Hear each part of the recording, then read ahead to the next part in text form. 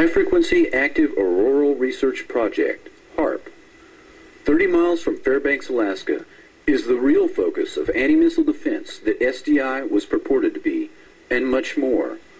The public patent was titled A Method and Apparatus for Altering a Region of the Earth's Atmosphere, Ionosphere, and Magnetosphere. Dr. Bernard Eastland, a physicist who holds a patent for the fusion torch, and also holds a dozen others related to HAARP that were eventually purchased by E-Systems and Raytheon.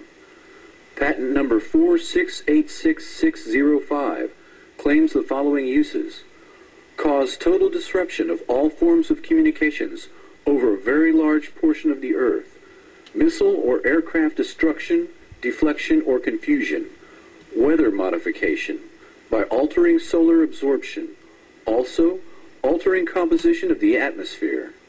This patent was classified by the Navy under National Security Order in 1987, but other public patents exist for purposes of power beaming systems, artificial ionospheric mirror composed of a plasma layer, creation of artificial ionizing clouds above the Earth, defense system for discriminating between objects in space, nuclear-sized explosions without radiation. HAARP is described as a research instrument for studying the ionosphere, an ionospheric heater, or IRI, of which many exist, but HAARP is special.